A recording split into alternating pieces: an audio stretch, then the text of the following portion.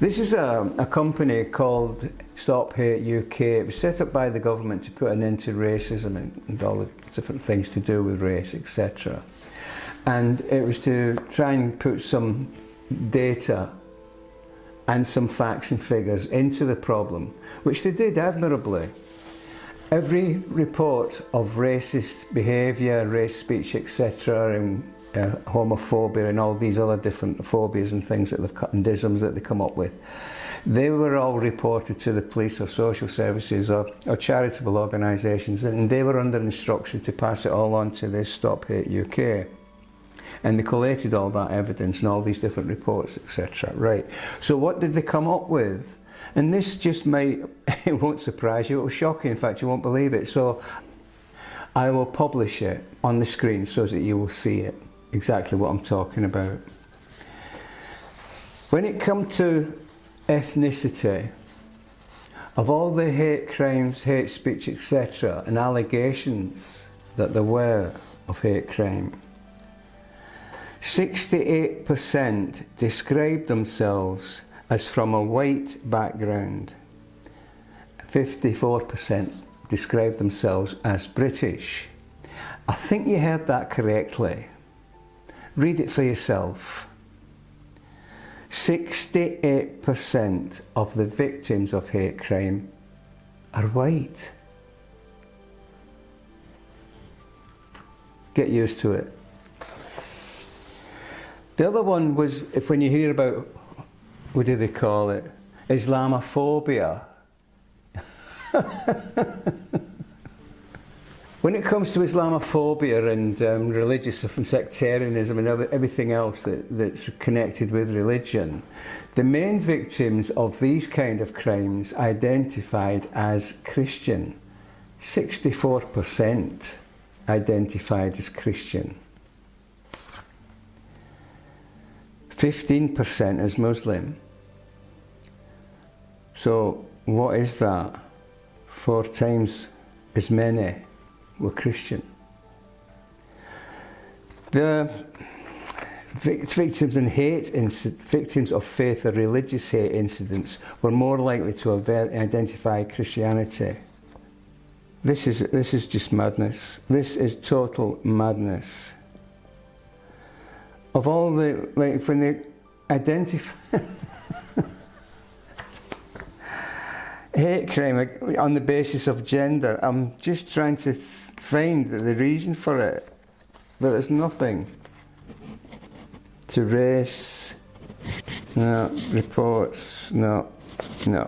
So there's nothing in here to suggest that men hate women or that women hate men. The only thing they've got, let's have a look. So the only thing they've got as regards to gender, those who are willing to disclose their gender, 2.5% identified as transgender.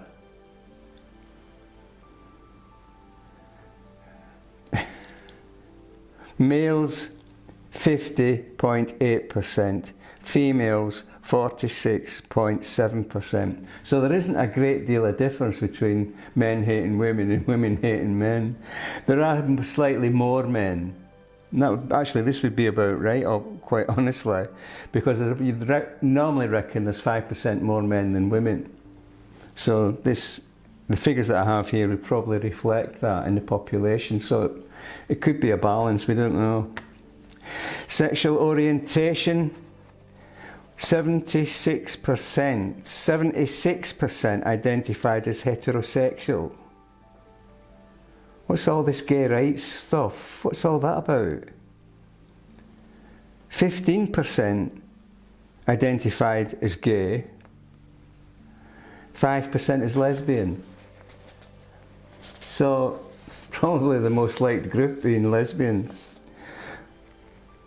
And then the most hated group being heterosexual, 76%. I'm not sure where these other people get their the statistics from. It seems to be totally biased in favour of what they consider to be a minority, when in fact they're not a minority at all. They're only a minority in the fact that they're the least likely to have any hate crimes perpetrated against them.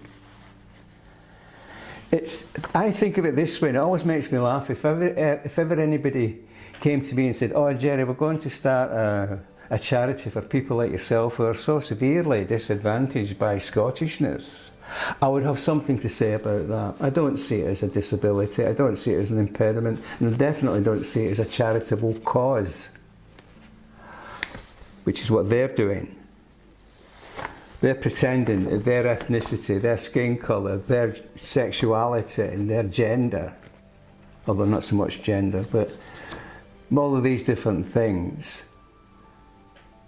make them victims in a charitable cause. Seems bizarre to me that we're all falling for it. And what else have we got? Yeah, this was one you have to work it out for yourself, but nearly these crimes where they involve verbal abuse, threatening behaviour and harassment. They were the most common types of offences.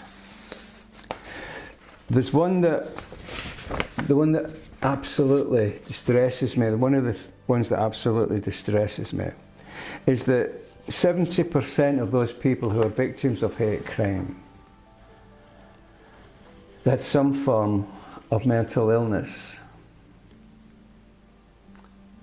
That is tragic. 70% had a mental illness and people were perpetrating hate crimes against them.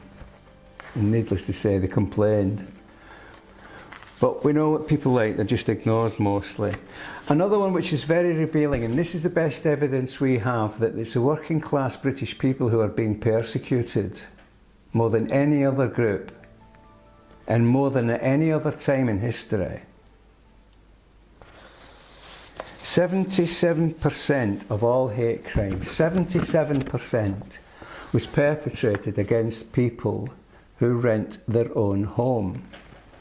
The implications of people who rent their own home is that they are working class, because it's impossible for a man to earn enough money to keep a family. We're in such a limbo position that drives parents apart, it drives families, fragments families, it fragments communities, it just fragments and divides us all. You look for projects and people who are divisive. And that's what we've got now. We don't have a trusting society. The world, I think, I can't remember what it's called now, but there is another research about the happiest, most contented people, and I think it was Sweden. They had one of the highest trust societies. They asked them questions such as, and I'll ask you the same questions, let me know in the comments. Do you trust your neighbours? Do you trust your people in your local community? Do you trust your government? Do you trust your police? Do you trust your services such as school and health, etc., to look after you and your children? The caring services. And in the happiest places, they trust everyone, they trust all these people. And needless to say, in the most dangerous and high-risk places, they didn't trust anyone, with due cause not to trust anyone. So the secret of all the trouble is, I don't want to say too much about this government, I'll get locked up, but the trouble is we need an American constitution. Just if you want to do a bit of an exercise on what kind of a British constitution we need, have a look at the basis for the American constitution, which was the Declaration of Arbroath 1320. And that was written by a group of lairds as a letter to the Pope. But it does illustrate the basis of a republic.